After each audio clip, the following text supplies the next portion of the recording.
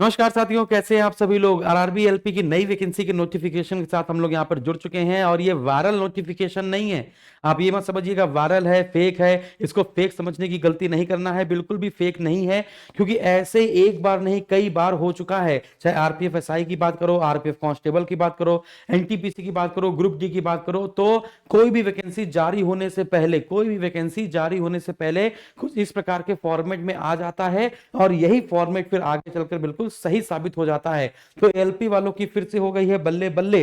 तो 19 मार्च 2025 ये notification viral हुआ है अभी, है ना। और यहां पे लिखा हुआ है कि assessment of vacancy of assistant loco pilot by zonal railway in online intending, है ना। तो यहां पर आप देखेंगे टोटल वैकेंसी कितनी, 9,970 वैकेंसी पर ये नोटिफिकेशन वायरल हो रहा है। जिसमें सबसे ज्यादा वैकेंसी आप देख पाएंगे, तो अगर हम लोग 1000 प्लस वैकेंसी की बात करें तो ईस्टर्न कोस्ट रेलवे 1461 वैकेंसी, जी हाँ। नदर्न रेलवे में 521 वैकेंसी, यानी उत्तर रेलवे का मुख्यालय क्या है, दिल्ली है ना। उत्तर पूर्व सीमांत रेलवे मुख्यालय गुवाहाटी 125 वैकेंसी है। ईस्टर्न रेलवे कोलकाता 768 वैकेंसी, है ना। नॉर्थ सेंट्रल रेलवे यानी कि अगर आप इलाहाबाद वाले हैं तो आपके लिए 508 वैकेंसी। इस प्रकार से जोन वाइज यहां पर वैकेंसी बढ़िया दी गई है। तो अगर आप देखें तो 1461 वैकेंसी बच्चों, 1461 वैकेंसी ईस्ट कोस्ट रेलवे में है ना। पूर्वी तटवर्ती रेलवे, इसका मुख्यालय भुवनेश्वर होता है। फिर साउथ सेंट्रल रेलवे में देखेंगे तो 989 वैकेंसी, 500 प्लस देखते चले जाइए। एनसीआर में आपकी 508 वैकेंसी है। ईस्ट सेंट्रल रेलवे में आपकी कितनी है, अगर हम लोग देखें पूर्व मध्य रेलवे मतलब क्या है, हाजीपुर बिहार, उसमें कितनी है, 700 वैकेंसी है ना। फिर अगर और नीचे आ जाएं तो हम लोग देखें तो साउथ ईस्टर्न रेलवे में कितनी है, तो दक्षिण पूर्व रेलवे, इसका मुख्यालय भी कोलकाता है, 796 है ना। साउथ रेलवे, अगर हम दक्षिण रेलवे की बात करें तो चेन्नई, यहाँ पे 510 वैकेंसी। वेस्टर्न रेलवे की बात करें तो यहाँ पर आप देखेंगे वेस्टर्न रेलवे मुंबई की बात करें तो 885, और मेट्रो रेलवे की बात करें तो 225। तो लगभग 970 वैकेंसी पर यहाँ पर नोटिस यहां पर देखने को मिल रहा है और जल्द ही ये वैकेंसी आपको देखने को मिलेगी दोस्तों, ठीक है ना। फिर देखो यहाँ पे लिखा है ईआर एंड एसईआर, है ना। ईस्टर्न रेलवे और south east railway include 225 vacancy of metro railway Kolkata, 100 in ER and 125 SCR for placing final intent accordingly. Eastern railway will place intent, ठीक है भाई, सारी चीजें हैं। तो यहां पर वैकेंसी बढ़ने की बात हो रही है कि 9,000 जो 970 वैकेंसी हैं, है ना, वो कुछ कुछ जोनल ऐसे होंगे जहां पर थोड़ी सी वैकेंसी बढ़ने की तादाद में है। हो सकता है ये वाली जो वैकेंसी है वो भी बढ़े, जहां जहां स्टार लगा है वहां पर हो सकता है वैकेंसी बढ़ने की उम्मीद भी है, आपको याद रखना है, ठीक है ना। फिर इसके बाद अगर हम लोग देखें अच्छा यहाँ पर अभी हम लोग एएलपी के और नोटिफिकेशन पर बात करेंगे। इसके पहले आप देख पाएंगे ये पूरा नोटिफिकेशन आप देख लीजिए। 19 मार्च को यहाँ पर साइन भी है दोस्तों, है ना, साइन भी है ना, शत्रुघ्न बेहरा, ठीक है ना। चलिए अब एएलपी का अगर आप जब नो फॉर्म देखेंगे तो फॉर्म देखने के बाद इसका रिक्रूटमेंट प्रोसेस क्या है, कैसे आपका सिलेक्शन होगा। तो सबसे पहले सीबीटी 1 होता है, सीबीटी 1 में जो व्यक्ति पास हो जाता है, फिर सीबीटी 2 होता है, फिर इसके बाद आपका सीबैट होता है, फिर डीवी होता है और मेडिकल एग्जाम होता है। ए1 लेवल का आपका क्या होता है, मेडिकल होता है बच्चों, ए1 लेवल का आपका मेडिकल होता है। अगर हम लोग फर्स्ट स्टेज की बात करें, सीबीटी 1 की बात करें, तो आपको पता है सीबीटी 1 के बाद सीबीटी 2 होगा और एक कंप्यूटर बेस्ड आपका एग्जाम होगा दोस्तों, कंप्यूटर बेस्ड आपका एग्जाम होगा। जो भी विद्यार्थी पास होगा उसको सीबीटी 2 देने का मौका मिलेगा।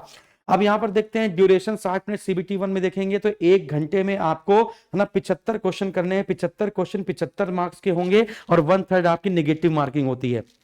तो सीबीटी 1 की बात की जाए, 75 क्वेश्चन 75 मार्क्स, है ना, और एक क्वेश्चन आपका 1 मार्क्स का होता है। 1/3 आपकी नेगेटिव मार्किंग होती है। नॉर्मलाइजेशन इसमें होता है क्योंकि कई शिफ्टों में इसका एग्जाम होता है। और फिर इसके बाद अगर हम लोग यहां पर देखें कि इसमें क्या क्या सिलेबस, अगर सिलेबस की बात की जाए तो मैथ पूछी जाती है सीबीटी 1 में, मैथ होती है ना, रीजनिंग होती है, मैथ रीजनिंग साइंस और GK GS, math reasoning science और जीके जीएस। तो यहां पर आप देख पाएंगे मैथ में नंबर सिस्टम, बॉड मास, डेसिमल फ्रैक्शन वाइज, सिंपल सी है। अरिथमेटिक प्लस आपका एडवांस, एडवांस में अगर हम लोग देखें तो अलजेब्रा है, ज्योमेट्री है, ट्रिग्नोमेट्री है ना, स्टैटिक्स है, ये पूरा पार्ट आपका आता है। रीजनिंग में आपका कंप्लीट रीजनिंग है। फिर जीके जीएस कंप्लीट होती है, केमिस्ट्री फिजिक्स केमिस्ट्री है ना, वो भी यहाँ पर देखेंगे। जनरल साइंस में फिजिक्स केमिस्ट्री और लाइफ साइंस जो होती है वो कक्षा 10 लेवल तक की पूछी जाती है। जीएस में करंट अफेयर, फिजिक्स केमिस्ट्री, है ना, हिस्ट्री, ज्योग्राफी, पॉलिटी, ये सब कुछ है। जो भी सीबीटी 1 पास हो जाता है फिर इसको सीबीटी 2 के लिए बुलाया जाता है। सीबीटी 2 में क्या क्या सब्जेक्ट होते हैं, है ना। सीबीटी 2 में क्या क्या कैसा होता है तो मैं बताता हूँ। सीबीटी 1 के बाद सीबीटी 2, उसके बाद सीबैट होगा, है ना। तो सीबीटी 2 में जो व्यक्ति पास हो जाएगा, अब जो सीबीटी 2 होता है वो दो पार्ट में बटा हुआ होता है। पार्ट ए में क्या होता है, 90 मिनट में 100 क्वेश्चन करने होते हैं। पार्ट बी 60 मिनट में 75 क्वेश्चन करने होते हैं, याद रखिएगा। तो या ये जो सीबीटी 2 है वो दो पार्ट में बटा होता है, आप देख पाएंगे। तो लिखा हुआ ना, टोटल ड्यूरेशन 2 घंटे 30 मिनट, टोटल क्वेश्चन 175 यानी 100 ये हो गए और 75 ये हो गए, और आपको 2.5 घंटे मिलते हैं। 90 मिनट इसके लिए मिलते हैं और 60 मिनट इसके लिए मिलते हैं।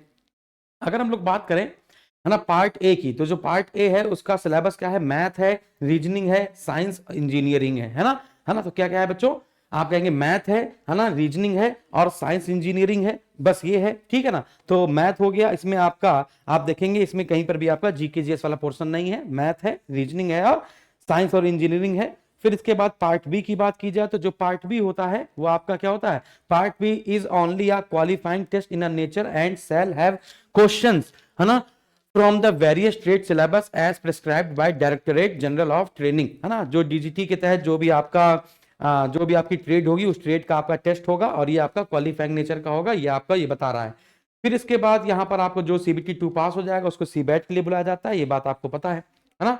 अब देखो यहाँ पर दिया गया है क्वालिफिकेशन ऑफ कैंडिडेट और यहाँ दिया गया है trade subject choice of part B, यानी कि जो पार्ट बी का आपका पेपर होगा, है ना, वो आप कौन से ट्रेड से हैं, उसका क्वालिफिकेशन क्या होना चाहिए, इलेक्ट्रीशियन, इंस्ट्रूमेंट मैकेनिक, वायरमैन, है ना, armature, coil winder, refrigerator and air conditioner mechanics, है ना। तो यहाँ पर आपका दिया गया क्या क्या योग्यता चाहिए। इसके बाद आपका सीबैट होगा, सीबैट के बाद डीवी, डीवी के बाद आपका मेडिकल का एग्जाम हो जाएगा, ठीक है ना। तो ये है आपका आरआरबी एएलपी का फुल नोटिफिकेशन। डीवी में क्या क्या डॉक्यूमेंट चाहिए होते हैं आपको पता ही है। तो चलिए, बहुत बहुत खुशखबरी है ना। तो एएलपी की वैकेंसी वाले विद्यार्थी अभी जो एलपी का पेपर देकर आते, जिनका नहीं हुआ था, उनके लिए फिर से गोल्डन चांस है, लग जाइए फिर से एक बार, ठीक है। थैंक यू वेरी मच, जय हिंद।